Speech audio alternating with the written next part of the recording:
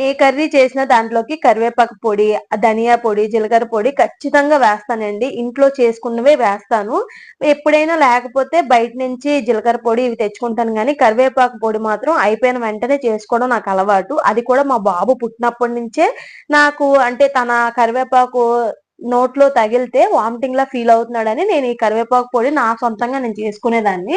ఏం లేదు జస్ట్ నార్మల్‌గా నేను ఒక 3 కట్టలు తీసుకున్నానండి కరివేపాకు. అంటే రూ. 30 ఎంతో.